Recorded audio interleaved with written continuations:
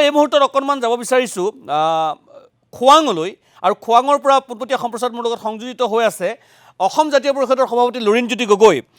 গগৈ ডাঙৰীয়া, মই আপোনাক স্বাগতম জনাইছোঁ আৰু অকণমান সময় আপোনাৰ পৰা ল'ম আৰু অকণমান কেইটামান কথা পাতি পেলাই মই আপোনাক বিদায় দিম। কথাটো হ'ল, মই খোৱাং সমষ্টিলৈকে গৈছোঁ যে তুলনামূলকভাৱে কম্পেৰেটিভলি খোৱাঙত আপুনি নিজে থাকে, আপুনি তাত নিজে কাম চোৱা চিতা কৰে, তাত আপুনি কেইটামান আপোনালোকৰ দলে গাঁও পঞ্চায়তৰ আসন লাভ কৰিছে, মই শুভেচ্ছা জনাইছোঁ। তুলনা হৈছে যেতিয়া তাত আপোনালোকে 5টা নে 6টা ৱাৰ্ডত আপোনালোকে জয়ী হৈছে। কিন্তু কথাটো হ'ল, সামগ্ৰিকভাৱে এই যিটো বহুধা বিভক্ত বিৰোধী, আপুনি বাৰু সেই যুদ্ধখনত প্ৰত্যক্ষভাৱে নাই, কিন্তু যিসকল আছিল, অখিল গগৈয়ে হওক বা ভূপেন বৰাই হওক, কংগ্ৰেছেই হওক, অসম জাতীয় পৰিষদ কিছু আঁতৰত আছিল বাৰু গোটেই যুদ্ধখনত, তাৰ ফল ভুগিব লগা হৈছে নেকি বিৰোধীয়ে? লুৰিণজ্যোতি গগৈ। নাই, নিশ্চিতভাৱে, কাৰণ এই কথাটো স্পষ্ট যে বিৰোধীৰ যিমানে পোল ডিভিজন হ'ব, মেৰু বিভাজন যিমানে হ'ব, সিমানে শাসকীয় পক্ষই ইয়াৰ সুবিধা সম্পূৰ্ণৰূপে গ্ৰহণ কৰাৰ তেওঁলোকে সুযোগটো পাব।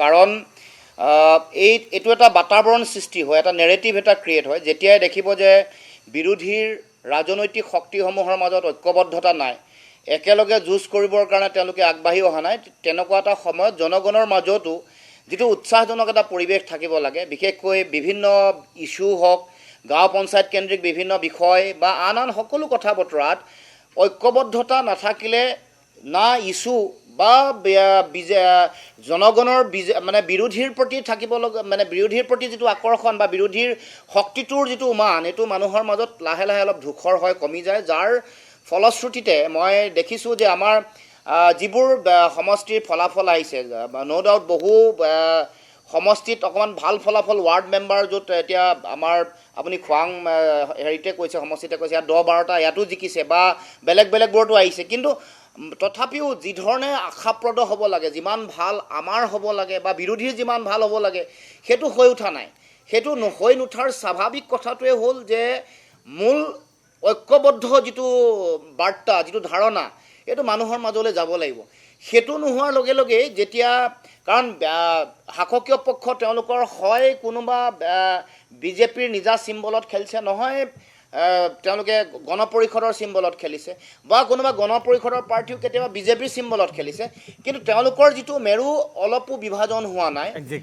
যদিও পঞ্চায়ত নিৰ্বাচনত এই কথাটো সিমান শক্তিশালী নহয়, তথাপিও কিন্তু মানুহৰ মাজত এটা নেৰেটিভ এটা ক্ৰিয়েট হয়। আৰু দেশৰ যিটো মোড অফ ইলেকশ্যন আপুনি দেখিছে, এইটো লোকসভা, এইটো বিধানসভা বা আন বিভিন্ন ধৰণৰ স্থানীয় নিকায়সমূহৰ নিৰ্বাচন, সকলোতে এইটো বাইপলাৰ যিটো মোড, এইটোত কেতিয়াও ইয়াৰ বিপৰীতে কেতিয়াও গোটেই কথাটো যোৱা নাই। আৰু এইটো খুব এটা চাইণ্টিফিকেলি এটা প্ৰুফ হৈছে যে মেৰু বিভাজনৰ সুযোগ যদি দিয়ে, বিপৰীত মেৰুটোত যদি বিভিন্ন ধৰণৰ খেলি মেলি, বিসংগতি, হতাশা, নিৰাশা, যুঁজ-বাগৰ, অৰি এনেকুৱা ধৰণৰ কথা বতৰাই যেতিয়া ক্ৰিয়া কৰিব, কমন মানুহৰ মাজতো এটা নেগেটিভ নেৰেটিভ এটা লাহে লাহে গঢ় লৈ উঠে আৰু সেইটোৱে এটা শক্তিশালী প্ৰভাৱ পেলায়। মই দেখিছোঁ যে এতিয়া আমাৰ বিভিন্ন এই য'ত আমি দুটা মেৰুত আমাৰ প্ৰতিযোগিতা হৈছে, প্ৰতিদ্বন্দ্বিতা হৈছে, তাত ভাল ফলাফল আহিছে। কিছুমান কিন্তু এনেকুৱাও দেখিছোঁ যে আমি ট্ৰাইংগুলাৰ কণ্টেষ্টত ওলাই গৈছোঁ, য'ত আমাৰ ভাল প্ৰাৰ্থী আছে,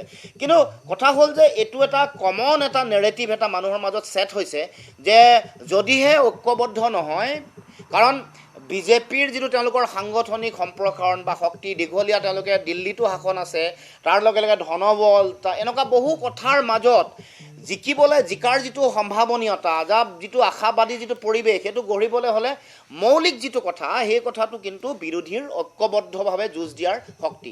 মই গগৈ ডাঙৰীয়া, মই এটা প্ৰসংগ আপোনাৰ পৰা খোলাকৈ জানিব বিচাৰিম।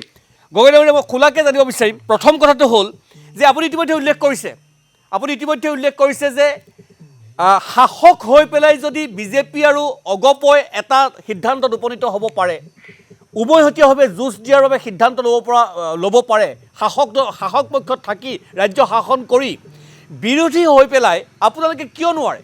বিৰোধীৰ ইজন নেতাই সিজন নেতাক ইমান বেছি মুকলিকৈ সমালোচনা আৰু অতি নিকৃষ্ট ভাষাৰে কৰে। ভদ্ৰ আৰু নিকৃষ্ট ভাষা বেলেগ কথা, এইটো ভদ্ৰ ভাষাতেই কৰে, কিন্তু নিকৃষ্ট। আৰু সমান্তৰালভাৱে কংগ্ৰেছৰ যিটো ভূমিকা, মই আপোনাৰ পৰা জানিবলৈ চেষ্টা কৰিম যে মিত্ৰ হিচাপে আমি যদি ৰাষ্ট্ৰীয় প্ৰেক্ষাপটটো চাওঁ, মিত্ৰ হিচাপে কংগ্ৰেছৰ যিটো আচৰণ সেয়া সকলো সময়তে প্ৰশ্নৰ আওতাত থাকে। এই প্ৰতিফলনটো বৰ্তমান অসমৰ বিৰোধী শিবিৰতো পৰিছে নেকি?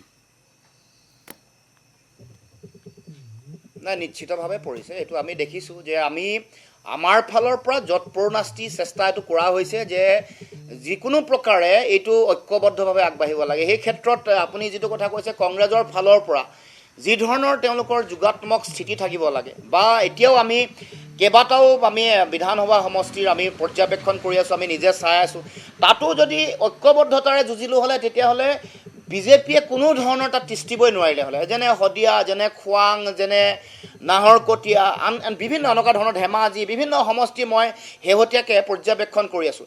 এইবোৰত ঐক্যতাৰে যুঁজিলেই ফলাফলটো আহি গ'ল হ'লে একদম। আমি দেখা পাইছোঁ যে ক'ৰবাত এনেকুৱা ধৰণৰ হৈছে যে ক'ৰবাত 30-32টা ভোটত আঞ্চলিক পঞ্চায়ত হাৰিছে। জিলা পৰিষদতো তুমুল প্ৰতিদ্বন্দ্বিতা, 200-300 ভোটত হাৰি গৈছে, ক'ৰবাত 500-600 ভোটত হাৰিছে। কিন্তু কংগ্ৰেছে ক'ৰবাত ভোট তেওঁলোকৰ প্ৰাৰ্থী দি ক'ৰবাত 2-3 হাজাৰ ভোট লৈ গৈছে। গতিকে এই কথা বতৰাবোৰ আমি খুব ভালকৈ নিৰ্মুখকৈ বিশ্লেষণ কৰিব লাগিব। সকলো দলেই, কংগ্ৰেছ বুলি আমি ক'ব খোজা নাই, কংগ্ৰেছ দলৰতো এই ভূমিকাটো আপুনি কথা স্পষ্টকৈ কৈছে। তাৰ উপৰিও সকলো বিৰোধী ৰাজনৈতিক দলে আমি আচলতে কি কৰিবলৈ গৈ আছোঁ, আমাৰ কি প্ৰয়োজন, আমি জনগণৰ প্ৰতি বা বিৰোধীৰ যিটো শক্তিশালী যিটো আধাৰ যিটো প্ৰস্তুত কৰিব লাগে, তাৰ কাৰণে যিটো দায়িত্ব, আমিতো কমন মানুহৰ আশা আকাংক্ষাক প্ৰতিফলিত কৰিবলৈ আমি কাম কৰি আছোঁ।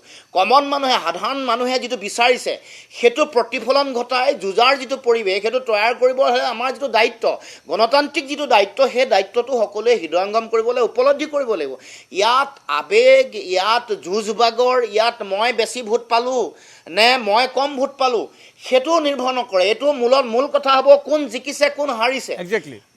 প্ৰতিদ্বন্দ্বিতা কৰি যদি আমি ধৰি ল'লোঁ বিজেপি, কংগ্ৰেছ, জাতীয় পৰিষদে প্ৰতিদ্বন্দ্বিতা কৰিছে, মই জাতীয় পৰিষদ 2nd পজিশ্যনত আছোঁ, কংগ্ৰেছ 3rd পজিশ্যন আছে, সেইটো গুৰুত্বপূৰ্ণ কথা নহয়। বা কংগ্ৰেছ 2nd পজিশ্যনত আছে, মই 3rd পজিশ্যনত আছোঁ, এইটো গুৰুত্বপূৰ্ণ কথা নহয়। ইয়াত জিকিছে নে হাৰিছে এইটোহে আচলতে হিচাপ নিকাচ হ'ব। গতিকে এইটো আমি সকলোৱে উপলব্ধি কৰিব লাগিব, আৰু প্ৰত্যেকে উপলব্ধি কৰিহে এই যুঁজখনত জঁপিয়াই পৰিবলৈ চিন্তা চৰ্চা কৰিবলৈ। প্ৰথম এইটো প্ৰিন্সিপল যদি ঠিক কৰি নলয়, তাৰপিছতহে ষ্ট্ৰেটেজি, তাৰপিছত যুঁজাৰ পৰিৱেশ, তাৰপিছত আমি কষ্ট ত্যাগ কৰিব লাগিব, আমি লাগিব, যুঁজিব লাগিব, একতাৰে যুঁজিব লাগিব, তেতিয়াহে সামগ্ৰিক পৰিৱেশটো গঢ় লৈ উঠিব। মৌলিক ফাণ্ডামেণ্টেল প্ৰিন্সিপলটো যেতিয়ালৈকে আমি একচেপ্ট কৰি নল'ম যে আমি একলগ হৈ যুঁজিব লাগে, তাৰ প্ৰতিফলন এইবাৰ পঞ্চায়ত নিৰ্বাচনত আমি দেখিবলৈ পাইছোঁ। ন' ডাউট পঞ্চায়ত নিৰ্বাচনত শাসকীয় পক্ষৰে আটাইতকৈ বেছি সুবিধা হয়। পঞ্চায়ত নিৰ্বাচনৰ যিটো নিৰ্বাচনৰ চৰিত্ৰ সেইটো বিধানসভা বা লোকসভাৰ লগত নিমিলে। কিন্তু তৎসত্ত্বেও অপজিশ্যনৰ ইউনিটিৰ যিটো নেৰেটিভ, সেইটোৱে যথেষ্ট পৰিমাণে সাধাৰণ জনগণৰ ওপৰত প্ৰভাৱ বিস্তাৰ কৰে। এইটো আমি কেতিয়াও অস্বীকাৰ কৰিব নোৱাৰোঁ। এইটো বিজ্ঞানসন্মতভাৱে চাইণ্টিফিকেলি এইটো কথা প্ৰুভ হৈছে যে অপজিশ্যন ইউনাইটেড হ'লেহে ডেফিনেটলি বিজেপিক হৰুৱাৰ যিটো আশাবাদী পৰিৱেশ সেইটো গঢ় লৈ উঠিব। হাৰিব, জিকিব যুদ্ধক্ষেত্ৰত হ'ব, কিন্তু পৰিৱেশটো, আশাবাদী যিটো পৰিৱেশ গঢ় লৈ উঠিবলৈ হ'লে অপজিশ্যন ইউনাইটেড হ'বই লাগিব। মোৰ অন্তিমটো প্ৰশ্ন, লুৰিণ গগৈ, অন্তিমটো প্ৰশ্ন যে এনে প্ৰেক্ষাপটত আপুনি নিজেই কৈছে বা সকলোৱে দেখিছে, এনে প্ৰেক্ষাপটত 2026লৈ মাজত মাত্ৰ এবছৰ, আমি উপ নিৰ্বাচন দেখিলোঁ, পঞ্চায়ত নিৰ্বাচন দেখিলোঁ, এনে প্ৰেক্ষাপটত কিবা আশা কৰিব পাৰিনে? ফলটো এই মুহূৰ্তততো একো আশা কৰিব নোৱাৰি। চাওক, মই আশাবাদী মই আশাবাদী মানুহ। মই সদায় পজিটিভ মাইণ্ডছেট লৈ, নহ'লে আমি এটা নতুন ৰাজনৈতিক দল গঠন কৰি এটা আদৰ্শ প্ৰতিষ্ঠা কৰিবৰ কাৰণে আজিও আত্মবিশ্বাসেৰে আজি যুঁজি নাথাকোঁ। গতিকে মই প্ৰচণ্ড আত্মবিশ্বাসী আৰু যথেষ্ট যোগাত্মক যে কথাটো যদি হৃদয়ংগম কৰে, চকু মুদি যদি এবাৰ সকলোৱে ভাবে যে আমি কেনেকৈ ৰাজনীতি কৰিলে বিজেপিক পৰাভূত কৰিব পাৰোঁ, নহ'লে এনেকুৱা ধৰণৰ কাম কাজবোৰে সদায় বিজেপিক সহায় কৰি থকা হ'ব, বা মানুহে ক'বলৈ সুযোগ পাব যে এওঁলোকে বিজেপিৰ এজেণ্ট হৈ কাম কৰি আছে, যিবোৰ সচৰাচৰ অভিযোগ আহে। গতিকে এনেকুৱা ধৰণৰ বহুত কাম কাজ আমি দেখিছোঁ যে এনেকুৱা বহু ব্যক্তিৰ কাম কাজে বিজেপি বা শাসকীয় পক্ষকে সহায় কৰিছে।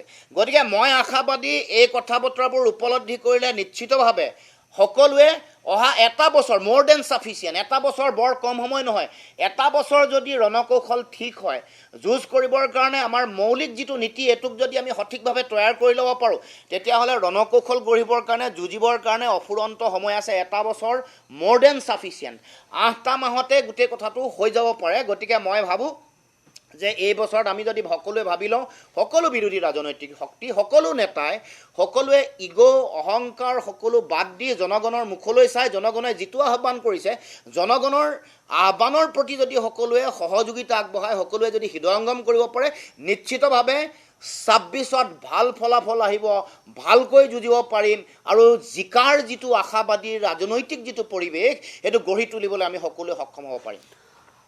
ধন্যবাদ জনাইছোঁ লুৰিণজ্যোতি গগৈ। আপুনি যিটো আশা কৰিছে আত্মবিশ্বাসেৰে আগবাঢ়িছে, বিৰোধী সবল হওক গণতন্ত্ৰত, সেয়া আমিও বিচাৰোঁ। এইখিনি সময় দিয়াৰ বাবে আপোনাক মই ধন্যবাদ জনাইছোঁ।